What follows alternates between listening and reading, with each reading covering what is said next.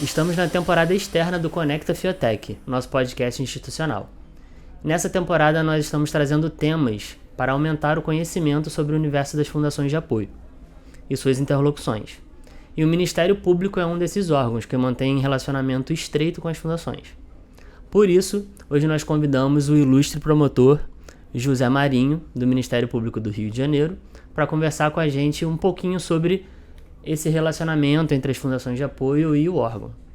Então, doutor, muito obrigado pela presença. É um prazer a gente recebê-lo aqui. Eu imagino que essa seja uma oportunidade muito legal para a gente discutir alguns temas importantes de uma maneira mais acessível, de uma maneira que as pessoas compreendam melhor. Então, muito obrigado.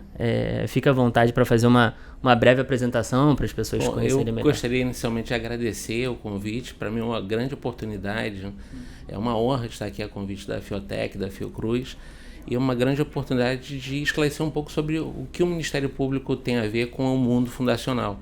Esse mundo que é tão grande, tão rico, que a gente acompanha tão de perto. Perfeito. Doutor, deixa eu já fazer uma primeira pergunta.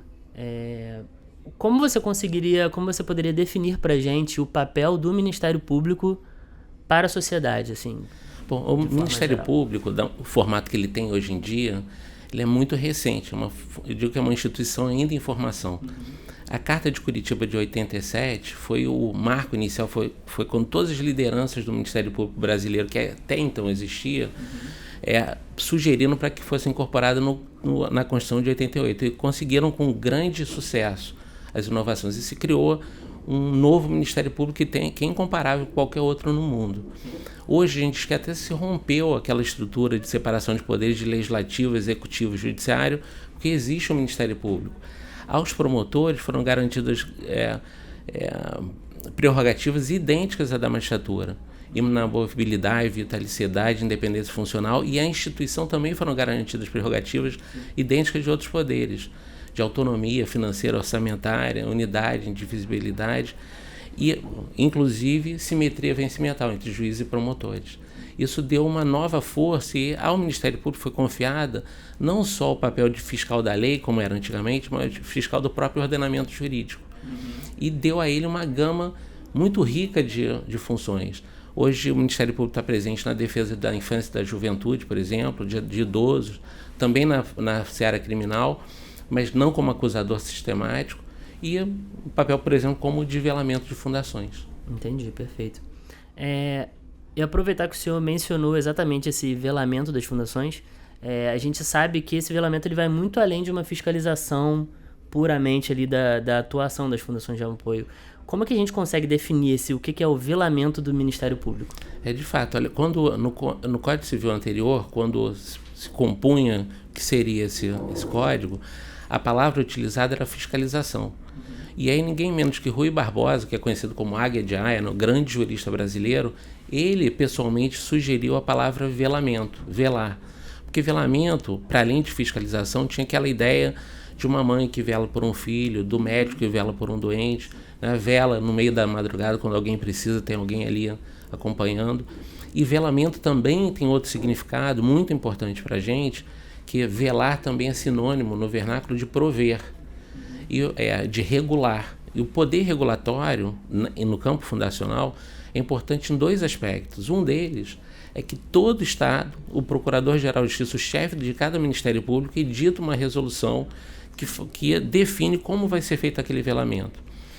Para além disso, essa regulação, porque regulação no sentido clássico tem basicamente dois sentidos. Um de intervir diretamente na atividade econômica e outro de editar normas regulatórias, que é o que o Procurador-Geral de Justiça faz.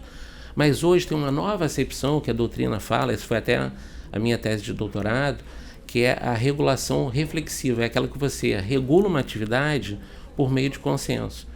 E, como eu defendi na minha tese de doutorado, eu acho que a provedoria de fundações, a reguladora de fundações, né, que é o Ministério Público, ela consegue regular a atividade não só por meio da norma editada pelo Procurador-Geral de Justiça, como também pelos acordos e pelas construções em consenso que o promotor de fundações faz com uma fundação. Então, não necessariamente por meio de um acordo no termo de ajustamento de conduta, às vezes pela própria conversa, pelo diálogo, se constroem caminhos, sentidos consensuais que fazem sentido para ambas as partes e que a gente vai conseguindo velar por aquela fundação sem uma imposição de uma regra unilateral. Criou-se uma espécie de... Criou-se uma fiscalização mais...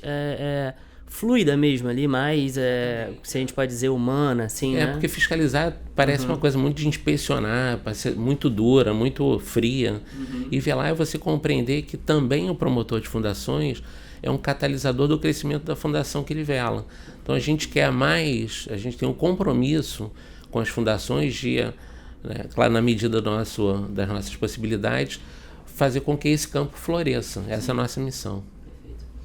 E, doutor, voltando agora, dando um passinho para trás e falando da fiscalização mesmo tradicional, como nós conhecemos, das prestações de conta. Qual que é a importância para o MP dessa prestação de contas feitas pelas fundações de apoio? Olha, a prestação de contas, ela nos permite, de um lado, verificar como aquela fundação vem funcionando do ponto de vista financeiro. Se ela é superavitária, se ela tem uma dívida crescente, se ela está desorganizada, não tem nem contabilidade, que é um indício grave de funcionamento. Mas, por outro lado, também, a prestação de contas ela inclui relatório de atividades. E permite a gente conhecer um pouco do que aquela fundação faz no campo social. Porque eu vivo na minha profissão dizendo que o papel muito frio, a prestação de contas é incompleta para permitir que o promotor de fundações compreenda tudo que uma fundação faz. Então, melhor complementar a prestação de contas é sempre a visita em loco pelo promotor para ele conhecer. É muito difícil você descrever um programa social complexo numa folha de papel. Então, é melhor você vivenciá-lo, que isso permite ao promotor compreender como aquela fundação funciona. Mas a prestação de contas ela tem sido para a gente um divisor de águas.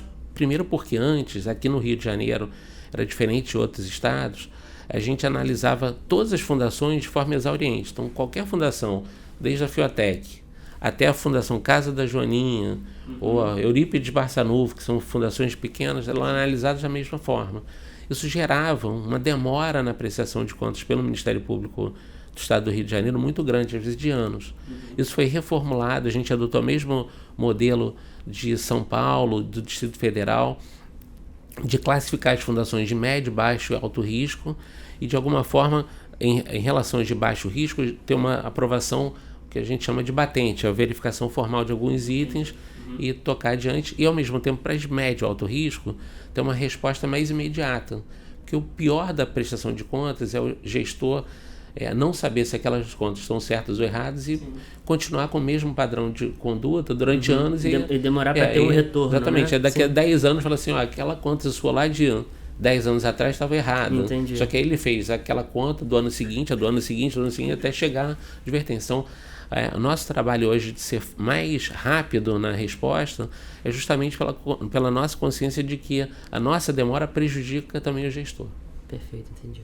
E aproveitando que o senhor comentou a importância do MP fazer esse trabalho com a intenção de incentivar e de promover o crescimento das fundações de apoio, eu queria perguntar como o senhor enxerga as fundações de apoio para a sociedade brasileira, a importância delas. Eu acho que as fundações de apoio têm um papel fundamental para a nossa sociedade. A sociedade brasileira, que ainda é carente de desenvolvimento tecnológico, de inovação, de startups, as fundações de apoio elas vêm para fomentar esse campo que para o nosso país é de suma importância. A gente tem plena consciência disso, a gente sabe no Ministério Público da importância das fundações de apoio para o desenvolvimento não apenas das instituições federais de ensino superior, mas também as estaduais.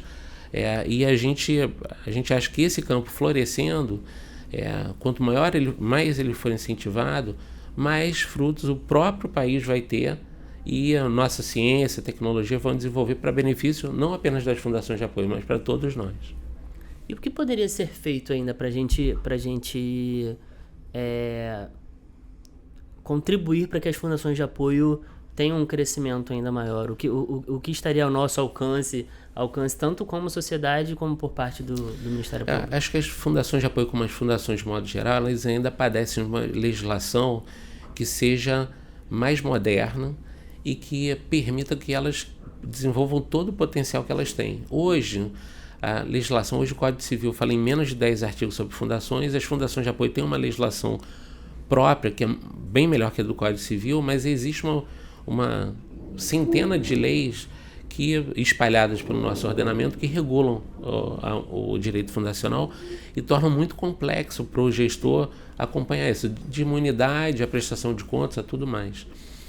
Nosso ver, uma legislação mais moderna que permitisse uma gestão também moderna, que a gente hoje em dia fala de profissionalização de gestão, inclusive com pagamento dos servidores, eventualmente cedidos, em valor de mercado, sem amarras, que hoje são incompreensíveis, a gente não compreende. Havia um certo pudor em que o servidor de uma instituição pública, cedido de alguma forma, que trabalhasse na fundação de apoio, tivesse amarras remuneratórias para ele não ser beneficiado. Mas isso não faz nenhum sentido quando o contributo dele para o nosso avanço tecnológico merece ser remunerado à altura do que ele contribui.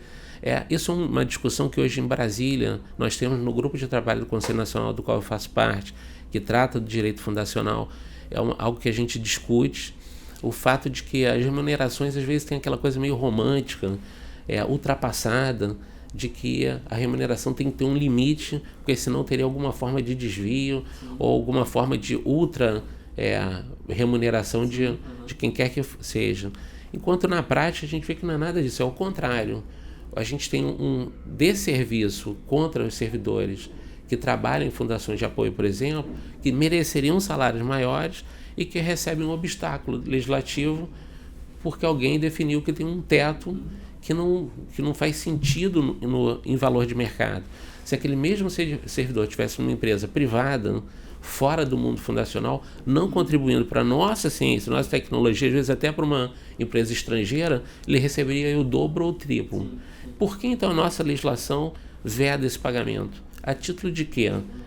Qual o espírito que incute essa vedação? A gente não consegue compreender. E é uma realidade semelhante ao que acontece com a ponta do nosso trabalho de fundação de apoio, com os próprios pesquisadores, né? Exatamente. Eles encontram aqui um obstáculo que muito provavelmente no setor privado ou até pensando no estrangeiro ele não vai ter, né? Exatamente. Então a gente acaba tendo essa fuga o campo de pesquisa é um campo ainda mais sensível, porque a gente sabe que mundo afora as empresas e os governos estrangeiros são muito agressivos em captar cérebros, né? E os nossos a gente precisa defender, e defender significa necessariamente remunerar adequadamente. Eu queria aproveitar mais esse gancho que o senhor me deu para perguntar da internacionalização das fundações de apoio. Como o senhor enxerga isso? Em que ponto nós estamos? Eu acho que isso é um movimento inadiável das fundações de apoio. Enquanto entidades que fomentam pesquisa, vai ser um caminho sem volta para essas fundações. A gente tem no Brasil 2 precedentes de fundações, ainda não são fundações de apoio propriamente dito. Uma é a Fundação Getúlio Vargas, que tem a FGV Alemanha, e a outra a Fundação do Comércio Exterior, que tem a Funsex Europa, que funciona em Portugal. Ambas as autorizações foram concedidas pela minha promotoria.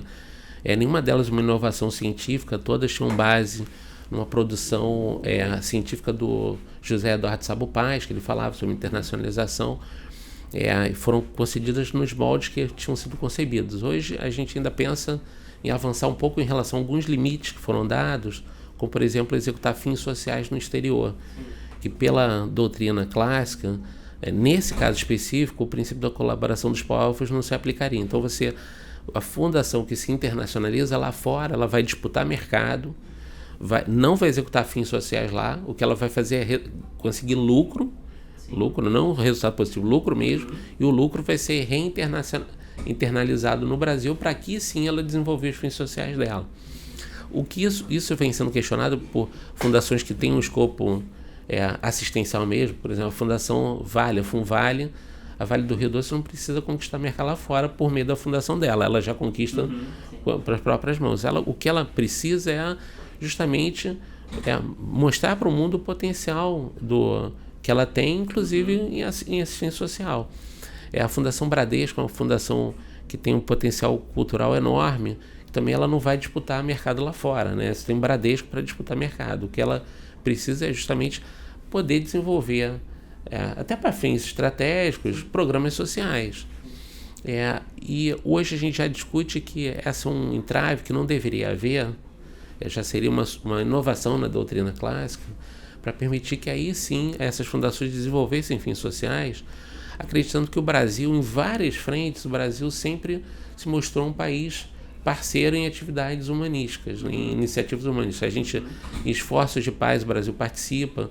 A gente tem um caso muito bonito aqui da Fundação Orquestra Sinfônica Brasileira, que foi autorizada pela minha promotoria a participar de uma iniciativa humanística internacional de resgate das musicistas afegãs quando o Talibã retomou o poder lá e eles estavam escondidos em cavernas. Uma agência internacional humanitária ajudou a resgatar as juízas afegãs, que tinham sido as que condenavam usualmente os talibãs nos processos. Normalmente os homens não participavam disso, eram as mulheres. E havia uma orquestra composta só por mulheres, que para eles, para os talibãs, era algo escandaloso. E aí, na retomada do poder pelos talibãs no Afeganistão, essas mulheres foram perseguidas, elas se esconderam em cavernas, e aí o Brasil, por meio da AMB, da Associação da Magistratura Brasileira, resgatou magistradas, e a Orquestra Sinfônica resgatou musicistas. Eu digo que esse caso é um caso que mostra bem que o Brasil colabora, tem todo o histórico de ajudar quem precisa lá fora. A gente nunca se negou, como país, a estender a mão a quem precisasse lá. Eu não vejo porque as nossas fundações, se funcionarem lá fora, também tenham que se negar a pretexto de trazer para o Brasil o lucro.